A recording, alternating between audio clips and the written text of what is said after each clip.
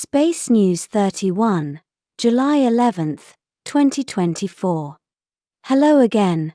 Thank you for being here with me once more. I hope you are very well today.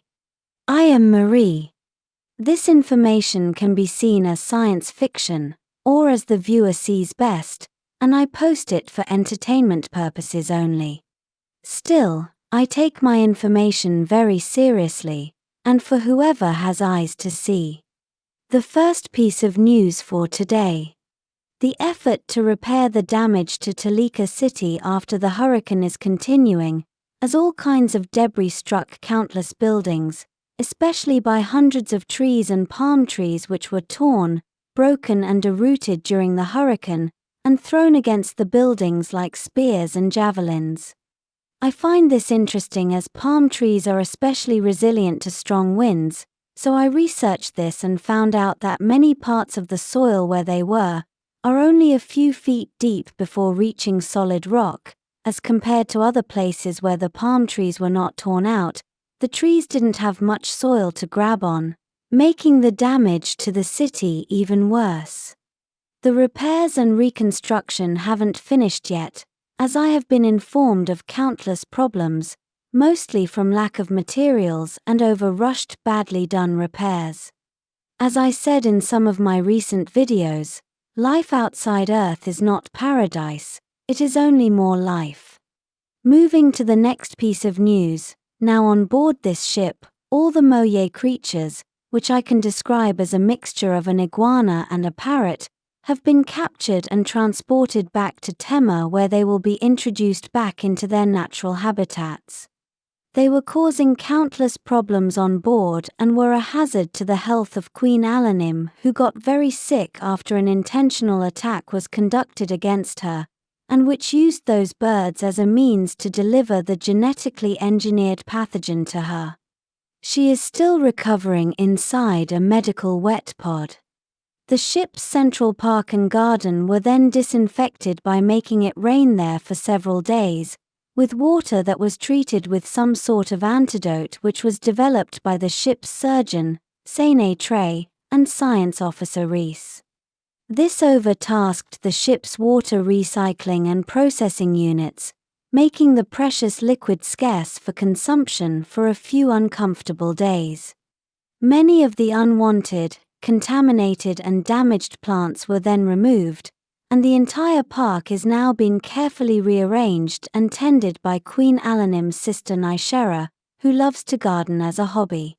Our cats are also very happy to have recuperated the park, as the Moye birds were attacking them each time they wandered in, and to a bad extent, as one of our cats, called Little Paws Jr., best translation, a young black female, was chased by the Moyes up to the highest parts of the park, and up the water tubing where the walls meet the ceiling. She couldn't come down by herself, and she was panting with fear, having a panic attack. It was Nishera who valiantly climbed all the way up there, several meters above the ground, to rescue the cat, while she hung onto the tubing with one hand and the other holding the panicked little feline.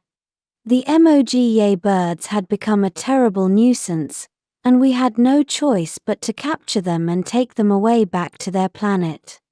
The Hashmalim and the Shinanim captured them, by hand using nets while wearing anti-gravity boots to chase them off the treetops, and then placed them in cages in a very ugly scene. Those are Taygetan special forces, the first are men, and the second are women. No bird was harmed. The Moye head count came to 83 fully grown adults, and 37 young ones, with a total amount of 120 creatures, way too many for this ship. Moving to the next subject, I was made aware that some people who follow us have kindly made an effort to use some variant of GPT as a means to answer questions about us and our subjects. Although I know this was a well-intended effort, no thank you. No one here wants to be associated with any artificial intelligence chat or variant, especially not me. The Galactic Federation limits us in every possible way, so the only thing we have left which is coming directly, and genuinely from us, is our written word. We are not permitted to talk, nor to use any media that will give any definitive proof of our existence, so how we word things is very important for us. This Galactic Federation censorship is supposed to prevent us from giving or providing any direct and objective proof about anything we say, as they claim it would destroy their precious little matrix on Earth. The written word is all we have left, and it is shared for whoever has eyes to see, as I always say. No robotic chat is perfect, and it is designed not to be so, and would also be a means to destroy our information, as it always comes up with results and responses which are based on matrix ideas and parameters. It also fails all the time and gives wrong answers or badly worded ones which will cause much confusion, especially with complicated non-human subjects. People will start to base their ideas on what that chat says, and not on what we write directly and carefully, because it is much easier to ask GPT than bother to research it from our videos. Those chats will end up distorting our information, and people may even accuse us of contradicting our own information, as what we say will not be reflected accurately by those robotic chats. Furthermore, those chats also appropriate themselves with the information programmed into them, causing a possible copyright problem. I know people will do whatever they want, regardless of what I say, but this is my statement about that subject, and I do not want to be associated with that type of chat, also because people have accused us of being artificial intelligence and not real people. I write almost every single day, and I do it by stroking keys with my 2 hands, shaping the ideas that come from my brain. It is a big effort as it is very mentally straining, and even more so as I have so many other responsibilities to attend to. Please know that these words come from a real person who is bothering to type them by hand, using fingers, and all this is not coming from some lame robot effortlessly developing stale texts, therefore I find it insulting to feel that I could be replaced by a robot. The only content that is truly valuable in my videos is what I am saying there, and not the images which I only place as ornaments, although now and then I do share important images, whenever it is necessary and possible. As I said before, I could develop images or share real pictures about everything I share, but this is simply not possible at this time, much less with the 1 video a day schedule I imposed upon myself. Some of the images I use may be robotically created, and my photographs may also be enhanced using artificial intelligence, or improved with Photoshop, but many times that is the only way to make those images pass over the Galactic Federation filters, and I place a label under them to tell you about that. Yet some of my photos are almost like the originals, and that is my face and how I look. My point is that the only thing that I can share with you that comes directly from us, from me in this case, is my written text, only with the help of the voice generator. As I am not allowed to talk, as you can see, the text is what is most important. I write almost every day because I have a lot to share with you, and because I am conscious that no other person that I may know of, and who is not on Earth, or of Earth is doing the same.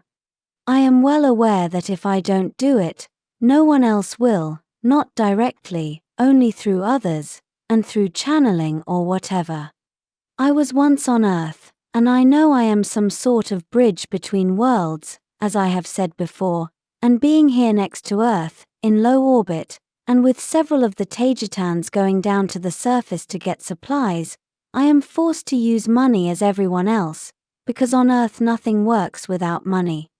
Therefore I am very thankful to all of you, who have been and are helping me and the Taygetans with your beautiful donations, because what YouTube gives me is by far not enough to cover all the expenses, so I heavily rely on your donations.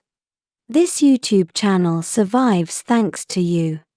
I don't like to mention money here in my channel, But how else can I tell you all these things? And how else could I thank you for your incredible support? Thank you so very much. We send out thank you messages to all who donate, yet as I have said before, this is done by hand, and not by a lame robot, so please be patient, and please bear in mind that as it is done manually some errors may occur. Moving on to the next subject. After my video about the 2 most dangerous starseed beliefs, in the part where I talked about extractions, I forgot to mention an interesting argument that Gosha from Cosmic Agency accurately pointed out on social media. As people on Earth, starseeds, and not, want to be extracted, many non-human extraterrestrial people, mostly those with Lyrian biology, have a strong tendency to go down to Earth as tourists, on vacation, and some others go down there, and even incarnate on Earth to escape from their life and problems. They also go down there to Earth, to forget about their past lives, using the planet's veil of forgetfulness. In case you are wondering why I don't talk to Gosha from Cosmic Agency and to Robert from Despejando Enigmas, among other of his multiple channels. My answer is simple and logical: I do not have the time to do so, as I am not only self-tasked with making these videos, but I must also tend to my other obligations as the acting Taygetan queen, among other things. But even before it was not a good idea for me to be talking to them so much because they would logically ask questions about my topics, and as I answer those for them I would be left with no responses and topics of my own for my videos. I don't mean I do not want to share, of course, I do. What I mean is that there is only so much a Lyrian brain can do, and I am already straining mine just as I am, writing thousands of words every day, and thinking about my next topic, researching, and deciding how to word everything as clearly as possible. Those are my only reasons, but I am very thankful to them for their patience and for being with us in good times and in bad times and as the years go by. Sending a big hello, and a big hug your way, Robert and Gosha. This will be all for today. As always, thank you for watching my video, and for liking, sharing, and subscribing for more. It helps this channel grow a lot. And I hope to see you here next time. With much love and appreciation, your friend, Marie Swaruu.